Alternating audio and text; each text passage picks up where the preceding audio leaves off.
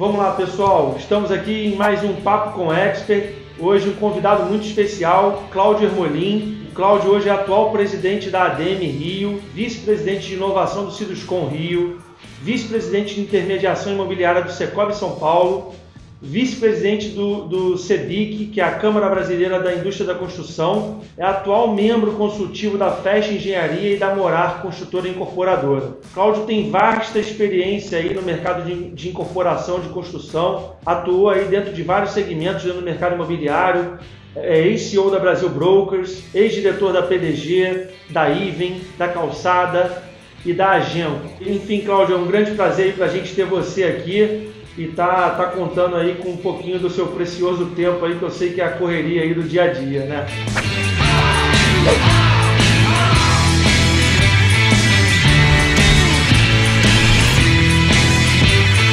E eu queria começar aí te perguntando um pouquinho, né? Você hoje é membro do Conselho de Gestão, né, de vários órgãos aí muito importantes do nosso mercado, e um deles é a ADEME aqui do Rio, né, o Ciduscom também. E como está sendo aí para você? Me fala um pouco aí do projeto Reviver Centro, né, que é um projeto muito importante hoje para a cidade. Esse projeto que está buscando revitalizar um pouco o centro da cidade, né? O que está aí sendo planejado pela prefeitura, né? O que tem de expectativa aí, de prazo aí? Como é que você está vendo tudo isso? Bom, Igor, primeiro, obrigado aí pelo convite da Expert, obrigado pelo convite de todos vocês para a gente estar aqui falando um pouquinho, né, sobre o mercado, falando um pouco sobre as oportunidades, começando sobre toda essa movimentação que a gente está vendo acontecer hoje no Rio de Janeiro. A gente tem aí um ano bastante promissor para a cidade do Rio de Janeiro em termos de legislação.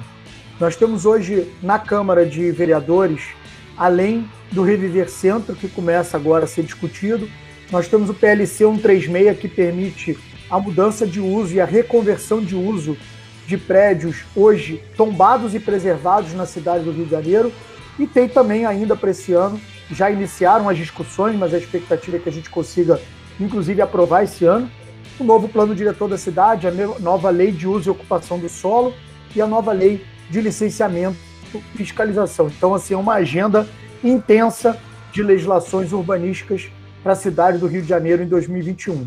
Começando aí com a resposta à tua pergunta, o Reviver Centro, ele nada mais é do que um projeto focado em recuperar o centro da cidade do Rio de Janeiro, e ele tem como base de sustentação algumas premissas que são muito importantes. Primeiro, ocupar uma região que tem hoje uma infraestrutura urbana instalada, pronta, funcionando, bastante relevante, né? A gente tem hoje o centro da cidade do Rio de Janeiro, tem um modal de mobilidade urbana, de transporte de massa único, não só na cidade do Rio de Janeiro, não só no estado do Rio de Janeiro, mas eu certamente te garanto que não tem nada igual no Brasil. Você tem hoje no centro da cidade o BRT, o VLT, o metrô, trem, ônibus interestadual e intermunicipal, você tem uma estação de barcas, você tem um aeroporto regional, você tem a saída para vias importantíssimas de chegada e saída da cidade, como a linha vermelha,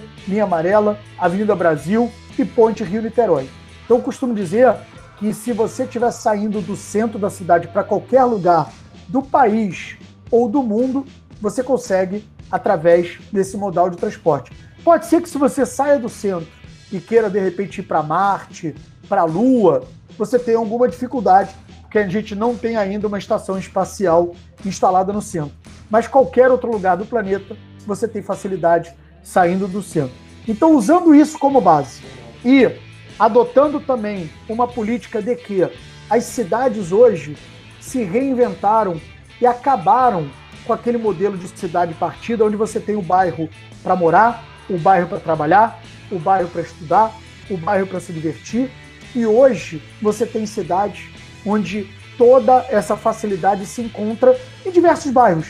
Então você tem várias centralidades dentro de uma mesma cidade, tá? Então o modelo que se quer adotar para essa transformação do centro da cidade é um bairro com muito mais diversidade, obviamente estimulando a moradia. Então estimula a moradia, ocupação de um bairro hoje que você tem uma grande infraestrutura urbana já instalada.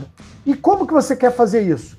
Os princípios que norteiam o Reviver Centro partem do estímulo à transformação e mudança de uso dos imóveis hoje lá existentes. Então, só para você ter uma ideia, Igor, nós fizemos um levantamento ADM Sinuscom ainda antes da pandemia e existiam mais de 4.000 imóveis vazios, fechados, abandonados no centro da cidade, todos eles com potencial de se transformar o uso.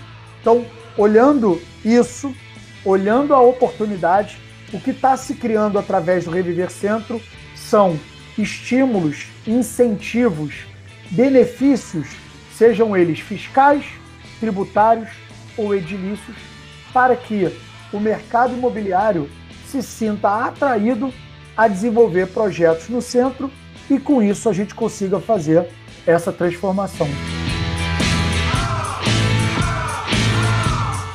Perfeito, perfeito. Aproveitando até esse gancho aí, Cláudio, a segunda pergunta que eu ia te fazer é justamente sobre esse comportamento, né, de consumo de imóvel, né, que a gente tem observado aí com a pandemia, né? Como é que você tem visto todo esse movimento aí, né, com os dados que você tem acesso, toda a tua experiência, assim, né, essa coisa da segunda residência, a influência do home office, né, toda essa coisa da tecnologia influenciando em automação digital, enfim, automação residencial, perdão. Então, assim, como é que você viu, assim, como é que você está acompanhando aí toda essa evolução aí nesse cenário de pandemia que a gente está vendo no mercado? Bom, Igor, acho que, no fundo, o que eu costumo dizer é que nada surgiu de novo durante a pandemia. Nada do que a gente está conversando aqui, seja da transformação digital do mercado imobiliário, seja da transformação digital de outras indústrias, seja do modelo de trabalho remoto, nada disso surgiu durante a pandemia. Vamos lembrar que em grandes empresas multinacionais do Brasil, o home office já era praticado. E quando você olha lá para fora, Estados Unidos e Europa, grandes empresas já trabalhavam com home office muito antes de qualquer questão da pandemia. Então, essa realidade só foi acelerada durante a pandemia e principalmente mostrou, como eu falei antes, para as pessoas o quanto a gente gastava de tempo desnecessário em deslocamento ao longo do nosso dia, que hoje a gente reverte esse tempo em mais qualidade de vida, mais qualidade de sono, mais aproveitamento do trabalho, atividade física, leitura, tempo com os filhos, tempo com a família, tempo com os amigos, ou seja, nada melhor do que você ter um aproveitamento mais saudável do seu tempo. E isso certamente vai mudar toda a forma de vida e de relacionamento com o trabalho, com a sua vida pessoal, o equilíbrio entre o pessoal e o profissional, mesmo depois da pandemia. Agora, se isso vai se refletir em pessoas morando em áreas mais afastadas dos grandes centros, se a realidade dessas cidades vizinhas aos grandes centros será uma realidade não mais de segunda moradia, mas agora sim de primeira moradia, eu respondo que isso vai depender de dois fatores, na nossa visão, preponderantes. Primeiro, como que o mercado de trabalho vai se comportar pós-pandemia. Porque quem dita essa regra é o mercado de trabalho. Se as empresas retomarem as suas atividades de forma presencial, dificilmente as pessoas vão optar por morar afastada dos grandes centros. Esse é o primeiro ponto. Algumas atividades certamente vão permanecer em home office, como principalmente os profissionais liberais, consultorias e tudo mais.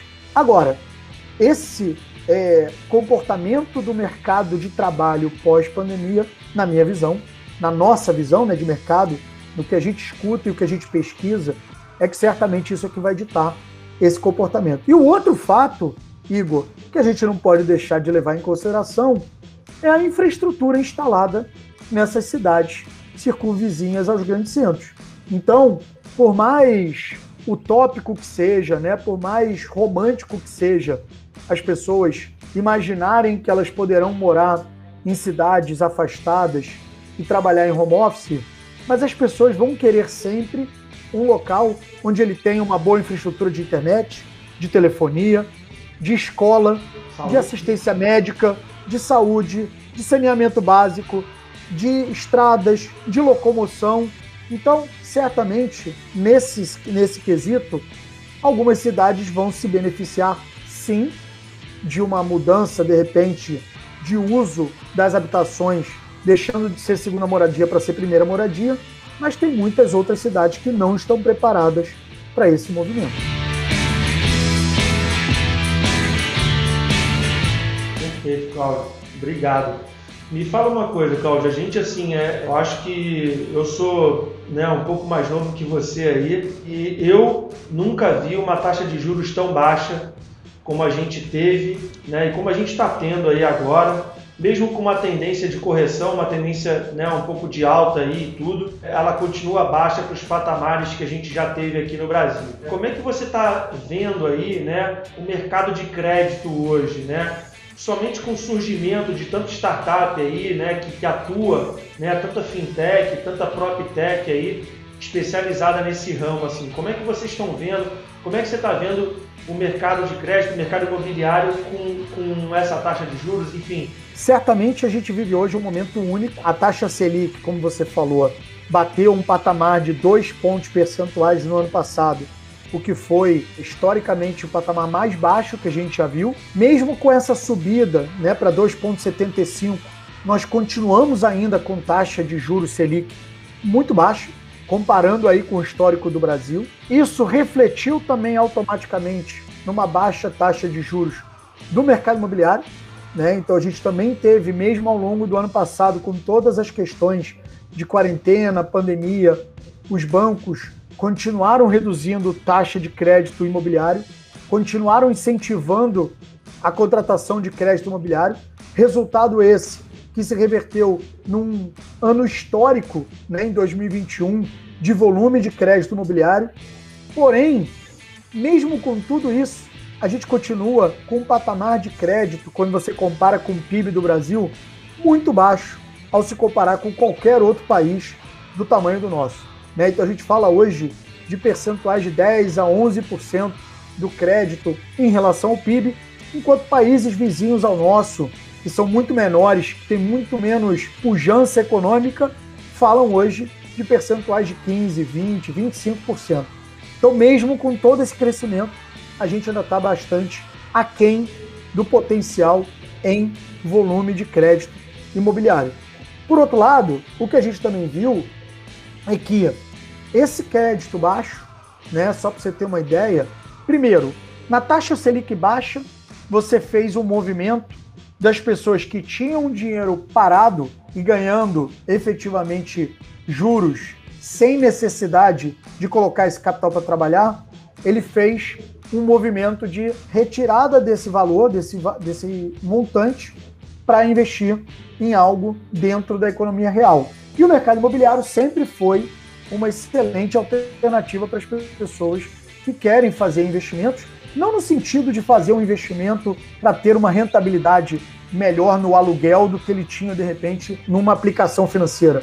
Mas o mercado ele sempre foi um porto seguro para você proteger patrimônio. Então, quando você começa a ver muita volatilidade, começa a ver muita incerteza, o mercado imobiliário certamente é um porto seguro para você proteger o patrimônio. Esse é o primeiro ponto. Um segundo ponto, só para você ter uma ideia, cada meio ponto percentual que você cai na taxa do crédito imobiliário, você insere com capacidade de aquisição de imóvel cerca de 500 mil famílias. Num país com 7 a 8 milhões de déficit habitacional, você imagina o quão explosivo é uma redução em meio ponto percentual na taxa do crédito imobiliário. Crédito esse que, mesmo com essa subida de 0,75 na taxa Selic, não se alterou. O crédito imobiliário continua nos mesmos patamares que eles estavam mesmo antes da taxa Selic ter subido de 2 para 2,75. Então, continuamos com crédito em taxas historicamente mais baixas do que a gente sempre viu. E o que eu digo para todo mundo é que, com essa perspectiva de aumento de inflação, alguma subida na taxa de juros, não a patamares que a gente tinha no passado, mas certamente subindo além desses 2,75, pode ser que o crédito imobiliário também sofra alguma alteração subindo taxa de juros. Por isso, se o interesse das pessoas está na aquisição do imóvel, certamente ela não pode esperar, tem que aproveitar esse momento de taxas de juros nesses patamares, porque qualquer aumento na taxa de juros pode impactar no final, no crédito que ele vai buscar para comprar aquele imóvel, num impacto muito maior do que se ele esperar para negociar um melhor desconto na compra desse imóvel. A não ser, obviamente, que ele não esteja pensando em buscar financiamento para a compra do imóvel. A não ser que ele esteja pensando em comprar 100% com recurso próprio.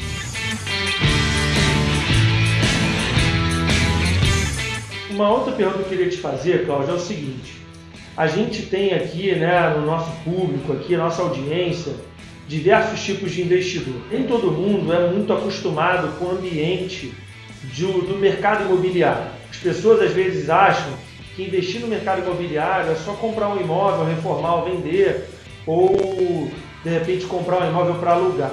Né? E a gente sabe que tem várias opções, né, para você investir no mercado imobiliário. Você mesmo, por exemplo, é um dos nossos investidores. Eu sei que você tem participação em algumas outras startups, você é consultor de algumas startups e tudo mais. E assim, eu queria que você desse uma dica assim, né, para a nossa audiência, assim, a pessoa está começando a investir em imóvel, cara, tem um monte de possibilidades. Você pode comprar imóvel em leilão, pode comprar um imóvel na planta. Como você aconselha a pessoa começar? Que conteúdo ela deve acompanhar? O que você acha que ela deve, sabe? Me fala um pouco assim, que dica você daria, né, para quem está começando a olhar o mercado imobiliário? Uma das possibilidades também, não posso deixar de falar, é você investir em renda fixa com a Expira aqui. Mas, enfim, eu queria que você falasse um pouco sobre isso. Que dica que você dá, o que você falaria para quem está começando a investir no mercado imobiliário? Bom, Igor, essa é uma excelente pergunta, porque o mercado imobiliário, como você falou, tem um leque de opções tendendo a infinito, caso você tenha o interesse em investir nesse mercado.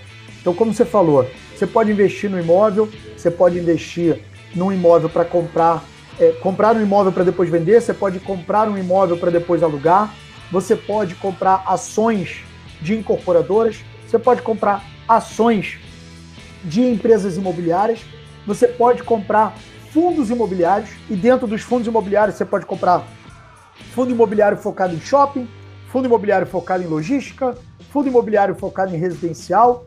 Você pode fazer investimento em startups, como você falou. Você pode fazer investimentos, como é o caso da Expir, e por isso eu estou aqui, acredito muito, para você investir com um capital menor do que em todas essas outras opções e participar de um projeto imobiliário. Então, acho que assim, cada dia que passa, não só com a inovação, mas também com a criatividade, a gente vem tendo inúmeras oportunidades para aquela pessoa que tem interesse em investir no mercado imobiliário e, obviamente, precisa, para isso, respondendo a tua pergunta, primeiro, avaliar o tamanho do bolso, o tamanho do apetite, o que ele está buscando, qual é o modelo de investidor que ele se enquadra, né? Se ele é um investidor que tem mais vontade a risco, menos vontade a risco, é um investidor que tem muito recurso, tem pouco recurso. Eu acredito que hoje o mercado imobiliário ele tem um menu de opções para todos os tamanhos, para todos os bolsos, para todas as características, para todos os perfis, e isso é sensacional, porque a gente não exclui nenhum perfil de investidor. Hoje, certamente, né, e eu falo por mim, porque esse é o movimento que eu tenho feito cada vez mais, eu acho que a gente buscar oportunidades de investir em startups, oportunidades de investir em plataformas que gerem essa diversidade de risco, né? Ou seja, você consegue alocar um valor de capital não tão relevante e você consegue apostar em várias frentes do mercado imobiliário. Eu acho que essa sempre é uma boa opção, mas certamente a pessoa precisa estar confortável com esse modelo, precisa estar tranquila com essa tomada de decisão, porque, vamos lembrar, que nenhum investimento tem certeza de retorno. Nenhum investimento. por melhor que você faça a tua pesquisa, você sempre tem que estar na expectativa de que aquele investimento pode não dar certo. Então eu já tive inúmeras perguntas e questionamentos de pessoas. Compro imóvel ou alugo? Onde é o melhor lugar para comprar um imóvel na expectativa de uma valorização? Essa pergunta não tem resposta, porque cada caso é um caso, cada situação é uma situação, cada pessoa é uma pessoa. Agora, certamente quando você investe em imóvel esperando um retorno daquele imóvel, você precisa ter uma paciência maior do que quando você investe em empresas, em ações, em fundos imobiliários. Porque o próprio nome diz, né?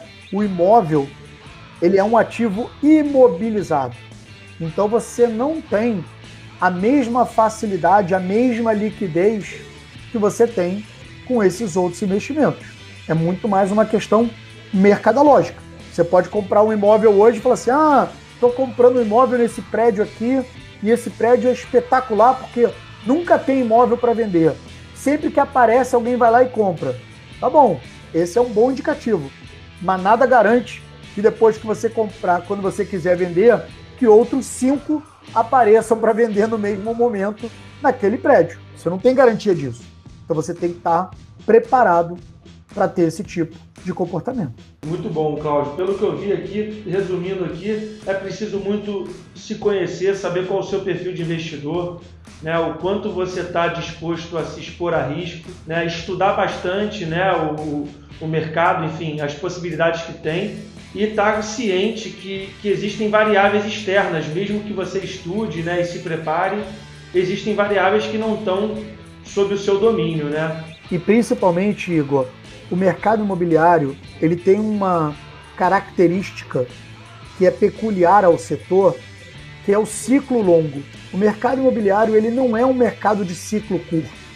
Diferente de uma indústria como o varejo, por exemplo, que você abre uma loja numa determinada região e aquela região está indo bem e você captura rapidamente o resultado de fluxo, né, de pessoas, de consumo naquela região, ou se você vê que aquela região não está boa, você fecha rapidamente aquele teu ponto, né, devolve a loja, né? Eu sei que tem custos para você demitir funcionário, remanejar estoque e tudo mais, mas certamente é um movimento muito mais rápido do que o mercado imobiliário.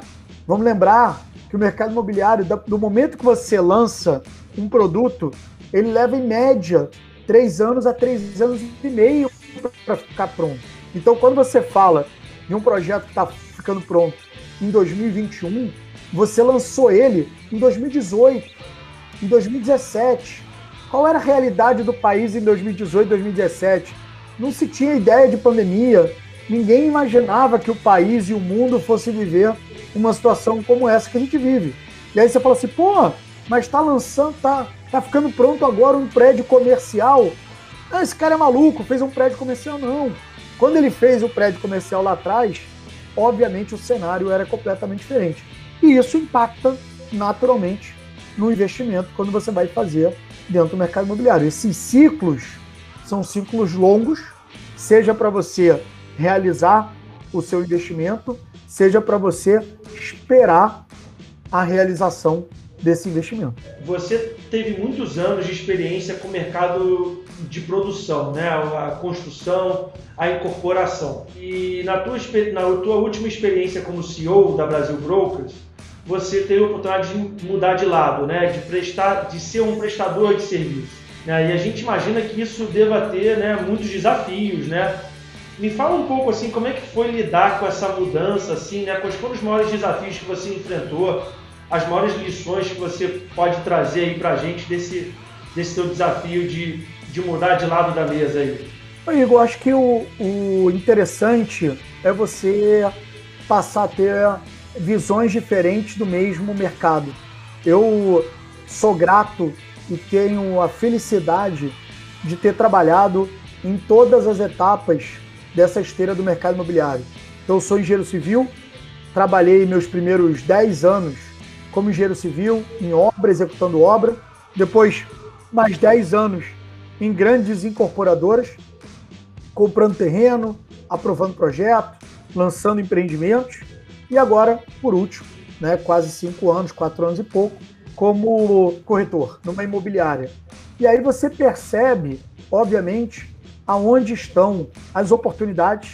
A gente percebe o quanto o nosso mercado tem de oportunidade para evoluir, para se desenvolver, para crescer. Acho que hoje a jornada de compra, de venda, de locação, de crédito, de obtenção de crédito, de funding, todas essas jornadas no mercado imobiliário ainda são muito conturbadas, ainda tem muito cotovelo, ainda tem muito obstáculo, e a gente precisa enxergar isso como oportunidade. A gente precisa enxergar isso como uma forma de efetivamente a gente melhorar para que a gente possa viver um mercado imobiliário melhor daqui para frente. Eu acho que a gente tem aí hoje oportunidade com inúmeras ferramentas que, como eu falei antes, já tinham surgido antes da pandemia, mas tinham pouca adesão, tinha pouca aderência. Elas, obviamente, acabaram se tornando uma necessidade e não uma escolha durante a pandemia, e a gente tem que aproveitar esse movimento. E aí não é só no setor público, não é só no setor privado, no setor público também, né, com as assinaturas digitais, cartórios digitais, certidões digitais, métodos de pagamentos digitais.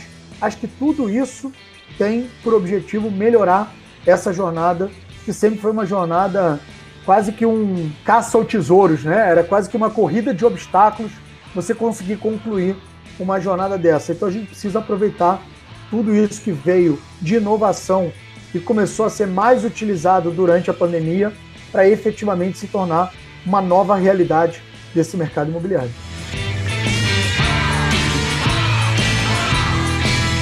Fala uma coisa, você, assim, pelo que eu te conheço, você é uma pessoa que tem, assim, um diferencial muito grande de inteligência emocional, de saber exercer liderança sobre um time. E fala um pouco, assim, o que você acha que são, assim, as soft skills e as hard skills hoje em dia para você se sobressair profissionalmente, empreender, enfim, ser um investidor. Né? O que você vê hoje que né, as pessoas precisam ter, né, tanto de soft skill como de hard skill? Igor, eu acredito que quando a gente fala com as pessoas, né, e você pergunta qual o mercado que você está inserido, qual indústria que você está inserido, que tipo de produto que você faz ou produz, ou, né, o que efetivamente o teu negócio gera de valor, isso no final é secundário. Porque todos nós somos gestores de pessoas, seja na nossa vida pessoal, seja na nossa vida profissional. A nossa dinâmica é relacionamentos, né? Dentro de casa você precisa construir relacionamentos, na sua vida pessoal você precisa construir relacionamentos de amizade, né? Relacionamentos sociais, né? Você precisa alimentar esses relacionamentos, construir esses relacionamentos e manter esses relacionamentos, e eu vejo a vida profissional da mesma forma, né? Então acho que é muito importante que você tenha resiliência, que você tenha paciência, que você tenha uma capacidade de ouvir, de entender o lado do outro. Na questão do relacionamento interpessoal, não tem certo e errado, tem pontos de vista diferentes, então é sempre importante você estar atento ao ponto de vista do outro, a forma como o outro está vendo aquela situação, está vendo aquela dificuldade, está vendo aquela oportunidade.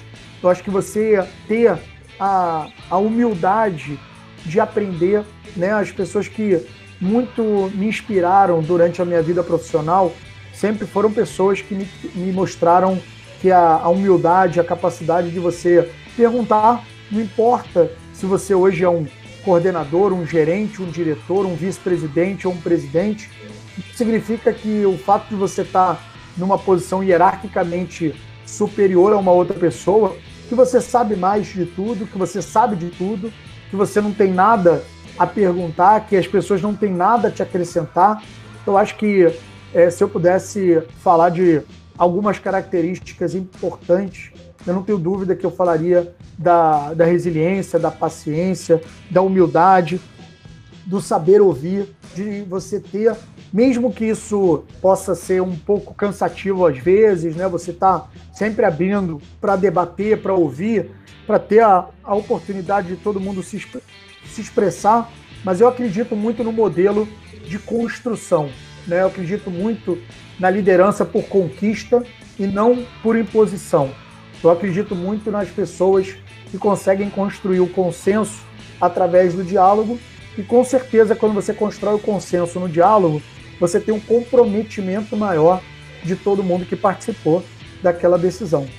Pode ser romântico e utópico, mas a verdade é que se você consegue, pelo menos na grande maioria das vezes, construir dessa forma, certamente você vai ter menos atritos, você vai ter menos resistências, menos pessoas jogando contra, porque no fim você deu a oportunidade de todo mundo se colocar. Depois, a decisão tomada, vamos embora. Mas todo mundo teve a oportunidade de se colocar. E me fala uma coisa, ao longo da sua jornada, assim, me fala uma pessoa assim, que te marcou muito, né? Que foi uma pessoa que foi inspiração para você, ou no mercado imobiliário, ou no empreendedorismo, enfim, e você tem assim como um ídolo, uma pessoa que você tem como inspiração. Igor, eu acho o seguinte, eu acho que todo empresário empreendedor no nosso país, para mim, ele é uma inspiração.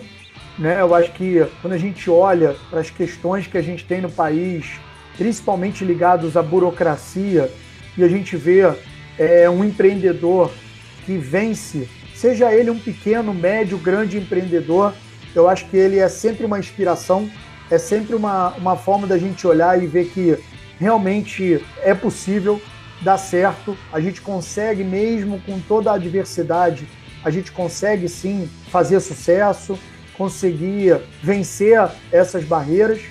Eu sou neto de imigrantes, né? Então meus avós, tanto maternos quanto paternos, vieram de fora do Brasil, né? Vieram numa situação difícil, né? Num cenário de guerra, e acho que quando você pega histórias como essa, né? De pessoas que vêm com uma mão na frente e outra atrás, sem nenhum tipo de apoio, suporte, seja ele financeiro, seja ele psicológico, né? Seja ele qualquer tipo de suporte, sem saber a língua, sem entender as culturas, o costume, e consegue, né, vencer e consegue realizar, certamente são motivos de inspiração, mas eu acho que a gente precisa cada vez mais contar as histórias de sucesso dos nossos empreendedores, né, das pessoas que a gente tem no país, que abraçaram uma causa, tinham um propósito, foram para cima e realizaram. Acho que todos eles, para mim, são inspiração, e eu acho que a gente precisa realmente valorizar cada um deles. Dá para a gente uma indicação de um livro, né, ou dois, pode ser, que te inspiraram, aí, te trouxeram ensinamentos aí muito importantes ao longo da tua carreira, enfim, tanto pessoal quanto profissional? Lá atrás, quando eu estava chegando na Iven, eu recebi um livro, né, de um grande amigo e que eu tenho como uma referência profissional, que é o Carlos Augusto Piani, que é o Guga, que tem aí um histórico profissional espetacular, que é um livro chamado Os Primeiros 90 Dias. E desde então, ele é para mim uma bíblia de momentos de mudança profissional, porque apesar dele ser um livro já antigo, né, que usa como base pesquisas feitas acho que na década de 70, ele é o tempo todo atual quando você lê e se coloca na situação ou nas situações que o livro propõe. Mas no fundo ele é um livro que coloca comportamentos e modelos e metodologias que você deve adotar quando você está entrando num novo desafio, seja numa nova empresa, seja na própria empresa, né? Seja você saindo de uma posição para uma outra posição dentro da empresa, seja você saindo de uma empresa e começando numa nova empresa. Em qualquer uma dessas situações, ele fala muito dessa importância de você ouvir, entender, saber efetivamente o ambiente que você está chegando, quem são as pessoas que estão inseridas naquele ambiente, qual é a estrutura inserida naquela equipe, quem são os líderes, quem são aqueles que estão ali, que são formadores de opinião, que você deve pegar para ajudar você nessa tua chegada, de que forma que você deve mapear as oportunidades e como que você deve construir o início dessa sua nova jornada. Eu acho que esse É um livro que eu não canso de ler, não li uma vez só. Acho que é um dos poucos livros que eu já li várias vezes, porque cada vez que você lê, você leva um insight diferente, você absorve alguma coisa diferente, mas acho que o princípio maior dele é você conseguir, num novo desafio, ouvir mais as pessoas, principalmente as pessoas que já estão naquele ambiente que você vai chegar. Acho que isso te ajuda bastante a ter uma visão do que você vai encontrar e você consegue, com isso, mapear as oportunidades, inclusive do que você tem que fazer de melhoria. Senão você acaba sendo abduzido por aquele novo desafio e você acaba não conseguindo fazer nada de diferente e aí a tua chegada dentro em breve vira uma frustração para todos aqueles que esperavam alguma mudança quando você estivesse lá. Então, acho que é um livro que eu recomendo. Já dei ele de presente para várias pessoas que passaram também por situações de mudança, porque eu realmente acredito que nessas mudanças a gente tem uma excelente oportunidade de olhar para trás e fazer melhor, né? Acho que é um pouco dos momentos que você tem de transição, que você pega o que você deixou de fazer, o que você poderia ter feito, o que você poderia ter feito melhor e aproveitar essa oportunidade para botar em prática. Então, acho que as pessoas, às vezes, encaram essas mudanças de uma forma não estruturada, né? E isso acaba deixando você passar uma oportunidade riquíssima de você crescer profissionalmente. Ou, por vezes, também, isso acontece muito, você acredita que, por ter alcançado aquele cargo, aquela posição, ou ter chegado numa determinada empresa que era o teu sonho, agora então você atingiu o Olimpo, você não precisa saber mais nada, agora você já sabe tudo, agora você é o todo-poderoso. E aí, essa é o primeiro passo para o fracasso, né? Você parar de aprender, parar de escutar, parar de ouvir. Acho que está aí a sensação de que efetivamente isso vai levar você ao fracasso é rápido. Bem, Cláudio, queria te agradecer, né, muito, assim, para a gente é uma honra ter um pouco aí do seu tempo dedicado a gente e queria deixar um espaço aí para você dar uma mensagem aí para nossa audiência, uma mensagem de encerramento e te agradecer. Muito obrigado aí por ter você aqui com a gente, tá, Cláudio? Beleza, Igor, obrigado. Parabéns aí pelo trabalho que vocês estão fazendo à frente da Expia.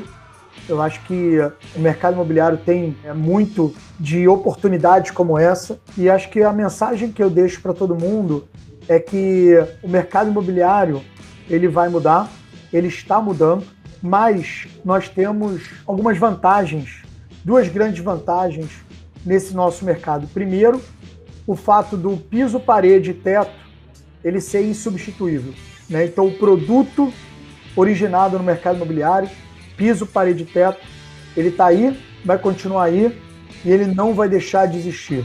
A gente pode ter variações desse tema, mas ele vai continuar aí. E por outro lado, dado que a gente está falando de um produto e de uma transação que é uma das mais importantes da vida economicamente ativa das pessoas, o profissional do mercado imobiliário sempre vai ser um elemento importante nessa jornada. Então, usando essas duas informações, o que a gente precisa é entender de que forma que a gente se adapta, se adequa e se utiliza dessas transformações para melhor atender o nosso cliente. Eu costumo dizer que a gente não está numa era de transformação.